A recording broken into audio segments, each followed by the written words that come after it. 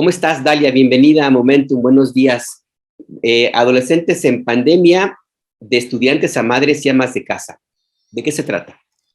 Sí, muchísimas gracias de nuevo. Creo que esta oportunidad de conversar sobre estos temas es sumamente importante y más justo como lo mencionaban, reconocer que durante la pandemia, primero que la pandemia aún no ha terminado y que por supuesto la pandemia también dejó pues muchos estragos diversos además en la vida de grupos muy específicos de la población y en este caso, en este texto en específico que compartimos desde Zona Docs, bueno, pues es las afectaciones que tuvieron particularmente en las mujeres adolescentes, ¿no? Estamos hablando de estudiantes de secundaria y de cómo es que transitaron por este momento de pandemia en este momento en el que tuvieron que cambiar de la presencialidad a la modalidad remota y virtual y cómo su presencia mayoritariamente en casa y frente a las dificultades que vivieron los adultos, sus padres, madres o tutores a cargo, tanto de ellas como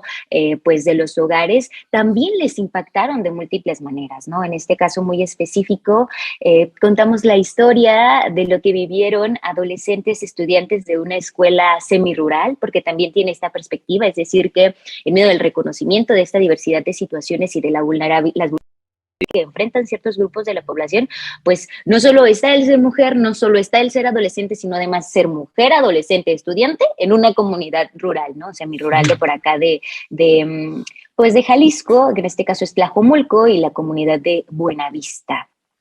Y pues allí, a través de la historia también que nos comparte la directora de esta escuela secundaria que se llama Miroslava y que hizo un ejercicio muy interesante para saber, por un lado, para poder surcar este mandato de la no reprobación, es decir, la orden que se dio desde la Secretaría de Educación Pública y la Secretaría de Educación Jalisco, por supuesto, o de las distintas secretarías de educación en los distintos estados sobre no reprobar a estos estudiantes que estaban transitando por estos momentos en la modalidad virtual y que de pronto ya no supieron dónde estaban y que de pronto no sabían cómo atender esta situación, que si ponían la educación en la televisión, si lo resolvían con cuadernillos, si lo resolvían con Classroom, ¿no? Bueno, etcétera.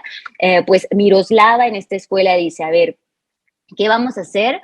Primero, para rescatar a estos estudiantes, ¿no? No solo decirles, órale, pásenle, ¿no? Y bueno, sigan este siguiente año y no pasó nada, sino más bien un poco trabajar sobre uno, eso, cómo recuperarlos y dos, valorar aquellas cosas que aprendieron en sus casas, ¿no? Porque consideraba, bueno, que había un aprendizaje que se estaba generando en los hogares durante estos momentos de pandemia. Y si bien lo hicieron y reconocieron que había algunos estudiantes, algunas estudiantes que habían aprendido muchas cosas, ejemplo, y nos lo cuenta por ahí Miroslava, hubo quien, por ejemplo, aprendió a tocar la guitarra, quien incluso les enseñaron un poco de apicultura. También hubo una gran brecha que se marcó en el caso de las mujeres, de las adolescentes, ¿no?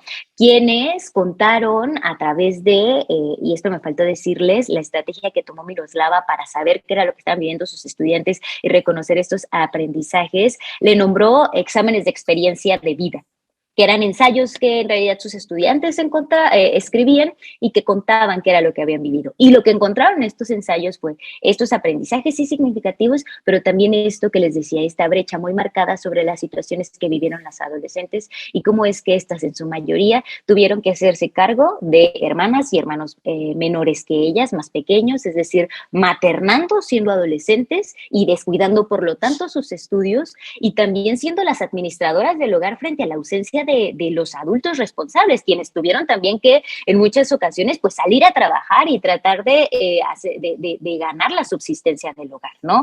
Entonces un poco esto es lo que nos cuenta y también problematizamos cómo es que esto que enfrentaron las adolescentes tiene que ver con una doble vulnerabilidad anclada a su edad por un lado y por el otro a su condición de género, al ser mujeres y a este mandato histórico o a este rol histórico donde se nos dice que nosotras tenemos que ser cuidadoras del hogar, que tenemos que ser las madres, que tenemos que ser las encargadas del trabajo doméstico y bueno, ellas no se vieron exentas de enfrentarse a esto. Ya, a mí me queda aquí algunas preguntas, Dalia, que otra vez te agradezco y te agradecemos este valioso trabajo que siempre nos presentas. Y es, por ejemplo, este papel de casi maternal que asumieron adolescentes, es una especie de curso obligado de madurez prematura, por decirlo de alguna manera. ¿Cuál es la valoración? ¿En qué se manifiesta? ¿Cuáles son los síntomas de las adolescentes que vivieron esto? ¿Cómo se manifiestan los síntomas en la escuela o en el cotidiano? No sé si pudiste abordar también ahí esa parte que me parece pues muy interesante, ¿no? Claro, creo que una de las cosas más importantes a destacar y que lo documentó Miroslava con estos exámenes de experiencia de vida es esto que les mencionaba sobre las brechas que existen. Como pudieron ver a adolescentes varones a los que les enseñaron oficios y actividades muy específicas, como ya lo decía, la apicultura, semi-rural, entonces, bueno, se dedican al campo un poco, a la albañilería en algunos casos. Bueno, a los varones lo que vimos fue una formación en función de los oficios y de su rol como proveedores del hogar, como hombres, ¿no? Como se nos ha enseñado en esta sociedad patriarcal, o heteropatriarcal, etcétera. Y a las mujeres, ¿no? A las mujeres de nuevo se les confina un lugar privado, ¿no? O un lugar de la casa, a los trabajos de cuidados, a los trabajos de maternaje, que en función de la pregunta que me hacías, que por supuesto que impactaron sus proyectos de vida en este momento muy específico como estudiantes, ¿no? Que fue el dejar o abandonar o posponer la entrega de tareas, la presencia en clases virtuales, porque tenían que encargarse de las tareas y la presencia de clases virtuales de sus hermanos o hermanas más pequeñas, ¿no? Incluso ahí hay un testimonio muy, que nos cuenta una maestra de cómo es que una de sus alumnas le cuenta cómo es que llegó un momento en el que dijo, no, pues mejor me encargué de mis hermanitos, finalmente ellos están más chiquitos y bueno, yo ya avancé un gran tramo, ¿no? Que su gran tramo es la secundaria, ¿no? O sea, creo que también esto tiene que ver, y lo contamos por ahí, cuáles son los patrones que se siguen repitiendo en algunas comunidades que siguen siendo, pues, de corte machista, ¿no? O de corte machista, bueno, tal vez no es el concepto correcto, pero que tienen contextos machistas, donde las expectativas de vida de las mujeres se centran en ser amas de casa, cuidadoras o madres, ¿no?